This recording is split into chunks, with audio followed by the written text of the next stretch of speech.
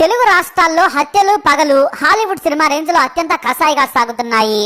మనుషులు మానవత్వాలు ఏవి ఉండవు. ఆస్తులు డబ్బులు అక్రమ బంధాలు ఈ మూడింటి చుట్టే మొత్తం తిరుగుతున్నాయి. ఇప్పుడైతే జస్ట్ శవాలని ఆటోల్లో కూడా డెలివరీ చేస్తున్నారు. పశ్చిమ గోదావరి జిల్లాలో జరిగిన ఈ ఘటన పోలీసులనే షాక్ గురి చేసింది. ఆ మిస్టరీ ఏంటనేది చూద్దాం. పశ్చిమ గోదావరి జిల్లా ఉండి మండలం ఎడగంటి గ్రామానికి చెందిన ముదునూరి రంగరాజుకు ఇద్దరు కూతుళ్లు. ఇద్దరికి పెళ్లి చేశాడు తండ్రి. అయితే పెద్ద కుమార్తెను నిడదవోలకు చెందిన శ్రీనివాసరాజు అనే వ్యక్తికిచ్చి పెళ్లి చేశారు. వారికి ఓ కూతురు కూడా పుట్టింది. కానీ శ్రీనివాసరాజుకు బాగా అప్పులయ్యాయి. భార్యాభర్తల మధ్య విభేదాలు వచ్చాయి. అప్పులు తీర్చలేక 10 ఏళ్ల క్రితం ఇంటి నుంచి వెళ్లిపోయాడు. దీంతో ఆమె కూతురుని తీసుకుని తండ్రి దగ్గరకు చేరుకుంది. కూతురి భవిష్యత్తు కోసం కష్టపడుతూ చదివించుకుంటోంది. భీమవరంలోని ఓ ప్రైవేట్ కంపెనీలో ఉద్యోగం చేసుకుంటూ కాలం వెళ్లదీస్తోంది. పాలకోడేరు మండలం గరగపల్లిలో ఓ ఇంటిని అద్దెకు తీసుకుని ఉంటుంది తులసి. కూతురి భవిష్యత్తు కోసం ఒంటరిగా అష్టకష్టాలు పడుతూ జీవనం సాగిస్తోంది. అయితే తులసికి ఇల్లు లేదు. నాటి సర్కారులో ఒంటరి మహిళ ఇల్లు లేని కారణంగా తనకు సాయం చేయాలని కోరింది. ఎడగండిలోని జగనన్న కాలనీలో తులసికి స్థలం ఇచ్చింది నాటి సర్కారు. కానీ ఆ స్థలంలో ఇల్లు కట్టుకునేందుకు ఆమెకు ఆర్థిక స్తోమత సరిపోలేదు. రూపాయి కూడబెట్టినా కూడా ఏదో ఒక అనారోగ్యం ఖర్చుతో తులసి సొమ్మంతా ఖర్చవుతూ వచ్చింది. అయితే రాజమహేంద్రవరంలోని క్షత్రియ సేవా సమితికి దరఖాస్తు పెట్టుకున్నారు తులసి. తనకు ఇల్లు లేదు, చాలా పేదరాలని, పైగా కూతురు కూడా ఉంది, సాయం చేయాలని కోరారు. దరఖాస్తు పెట్టుకుని సాయం కోరారు. ఇతర దాతల సాయం కూడా కోరారు. ఆమె తులసి వివరాలు తెలుసుకున్న క్షత్రియ సేవా సమితి ఆమె ఇంటికి అవసరమైన టైల్స్, పెయింటింగ్ డబ్బాలను 2 విడతలుగా పంపించారు. అంతేకాదు మీ అడ్రస్ కు మేము మీకు కావాల్సినవన్నీ కూడా పంపిస్తున్నామని వాట్సాప్ ద్వారా సమాచారం కూడా ఇచ్చారు. పలానా వస్తువులు పంపిస్తున్నాము, చెక్ చేసుకోండి. మీకు ఇంకా ఏ అవసరమైనా కావాల్సి ఉన్నా కూడా తాము సాయం చేసేందుకు ప్రయత్నిస్తున్నామని తెలిపారు. దీంతో తులసి ఎంతో సంతోషం వ్యక్తం చేసింది. అయితే డిసెంబర్ 19న తులసికి ఓ ఫోన్ కాల్ వచ్చింది. ఆమె లిఫ్ట్ చేసి మాట్లాడింది.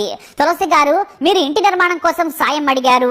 మేం కూడా మాకు తోచినంత సాయం చేస్తున్నాం. ఆటోలో సామాగ్రి వస్తుంది, తీసుకోమని కోరారు. ఆమె సరేనంది. ఇక సాయంత్రం 6 గంటలకు ఆటో వచ్చి ఇంటి ముందాగింది. తులసి ఎవరంటే నేనే అన్నారు ఆమె. మీకు పార్సల్ వచ్చిందని ఓ పెట్టెను ఇంటి దగ్గర దించి వెళ్లిపోయాడు ఆటో డ్రైవర్.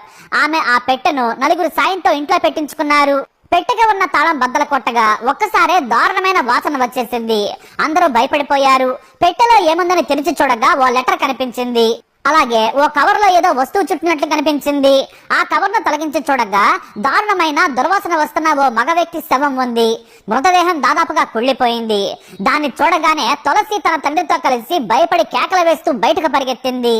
చుట్టుపక్కల వారు కూడా పరిగెత్తుకుంటూ వచ్చి శవాన్ని చూసి వణికిపోయారు. మొహం కూడా మొత్తం చెక్కినట్లుగా ఉంది. మృతదేహాన్ని సగం కాల్చి పెట్టెలో పెట్టి తీసుకొచ్చినట్లు గుర్తించారు. ఇక లేఖలో ఏముందా అని చదివారు. మీ భర్త మా దగ్గర 2008లో అప్పుగా కొంత డబ్బు తీసుకున్నాడు. అది వడ్డీతో కలిపి ఇప్పుడు 1,30,00,000 ఆ సొమ్మును వెంటనే చెల్లించాలి, లేదంటే ఇబ్బందులు తప్పవని హెచ్చరిస్తూ రాసి ఉంది. దాన్ని చూసి ఆమె కంగారు పడి పోలీసులకు సమాచారం ఇచ్చింది. ఎస్ఐ తన సిబ్బందితో కలిసి వచ్చి మృతదేహాన్ని చూశారు. 3 పెద్ద పాలిథిన్ కవర్స్ లో గట్టిగా చుట్టి ఉంచినట్లు పోలీసులు గుర్తించారు. ఆ వ్యక్తి చనిపోయి 3 రోజులు అవుతుండొచ్చు. ఒంటి మీద గాయాలు లేవు. గొంతుపై తాడుతో బిగించి చంపి ఉంటారనేది పోలీసుల అనుమానం. ఆ శవాన్ని చూస్తే సామాన్యులైతే వణికిపోవాల్సిందే. అయితే వెంటనే ఈ విషయాన్ని ఉన్నతాధికారులకు తెలియజేశారు స్థానిక ఎస్పీ అద్నా నయీం అస్మి, అదనపు ఎస్పీ భీమారావు, డిఎస్పీ సహా అక్కడికి చేరుకుని విచారణ మొదలు పెట్టారు. డైరెక్ట్ గా మృతదేహాన్ని ఇంటికి పార్సల్ చేయడం చూసి పోలీసులే అవాక్కయ్యారు. మామూలుగా హత్యలు చేస్తే దాచేందుకు ప్రయత్నిస్తారు, కానీ హంతకుడు ఎవరో కానీ ఏకంగా చంపేసి శవాన్ని ఆటోలో డెలివరీ చేశాడంటే దీని వెనక పెద్ద మిస్టరీనే ఉండి ఉంటుందని పోలీసులు ఈ కేసును సీరియస్ గా తీసుకున్నారు. మరి ఇంతకీ చనిపోయింది ఎవరు, ఆమె ఇంటికి ఎందుకు శవాన్ని పంపారనేది విచారణ చేస్తున్నారు పోలీసులు. అయితే తులసి చెల్లెలు రేవతి కొద్ది కాలం క్రితం లవ్ మ్యారేజ్ చేసుకుంది. నాటి నుంచి రంగరాజు కుటుంబ సభ్యుల మధ్య ఆస్తి తగాదాలు మొదలయ్యాయనే కమెంట్స్ కూడా వినిపిస్తున్నాయి. రేవతి భర్త మొగల్తూరుకు చెందిన సిద్ధార్థ బ్రహ్మ హస్తం ఉన్నట్లు పోలీసులు అనుమానిస్తున్నారు. ఎందుకంటే ఈ శవం తులసి ఇంటికి చేరినప్పటి నుంచి రేవతి భర్త కనిపించడం లేదని గుర్తించారు పోలీసులు. ఆటో డ్రైవర్ ను పట్టుకునే పనిలో ఉన్నారు పోలీసులు. అయితే ఈ లోపు అత్యంత వేగంగా తులసి చెల్లెల భర్తను హైదరాబాద్ లో పోలీసులు వేగంగా పట్టుకున్నారు. భీమవరం, తాడేపల్లిగూడెం సహా అన్ని చోట్ల విచారణ చేస్తున్నారు. తులసిని, రంగరాజును స్టేషన్ లోనే ఉంచారు పోలీసులు. వారి భద్రత కోసం చర్యలు తీసుకుంటూ వారిని విచారణ చేస్తున్నారు. తులసికి కాల్ ఎక్కడి నుంచి వచ్చింది, ఆటో డ్రైవర్ ఎవరనేది తెలితే మొత్తం మిస్టరీ వీడే ఛాన్స్ ఉంది. అంతేకాదు తులసి భర్త ఎవరెవరి దగ్గర అప్పులు తీసుకున్నాడు, శవం ఎవరిది, దాని వెనకున్న ఈ హాలీవుడ్ స్క్రిప్ట్ సంగతి తెలిసే పనిలో పడ్డారు పోలీసులు. అయితే బాడీ పార్సల్ కూడా క్షత్రియ సేవా సమితి పేరుతో పంపడంతో పోలీసులు వారిని కూడా సంప్రదించారు. కానీ వారు దీన్ని ఖండించారు.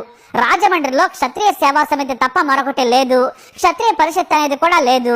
మేము మా ప్రాంతాల వారికి మాత్రమే సాయం చేస్తాం, ఇతర ప్రాంతాల వారికి చెయ్యము.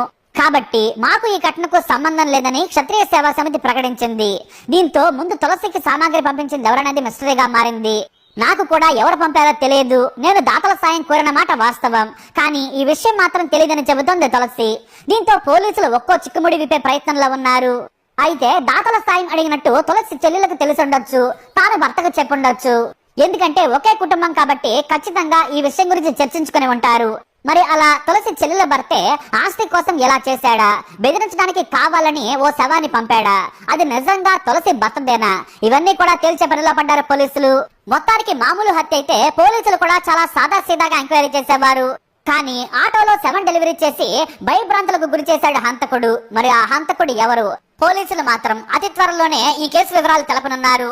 మరిన్ని అప్డేట్స్ తో మరో వీడియోతో మళ్ళీ కలుద్దాం. ఈ వీడియో అప్డేట్స్ కోసం మై ఛానల్ ఫాలో అవ్వండి, తప్పకుండా సబ్స్క్రైబ్ చేసుకోండి.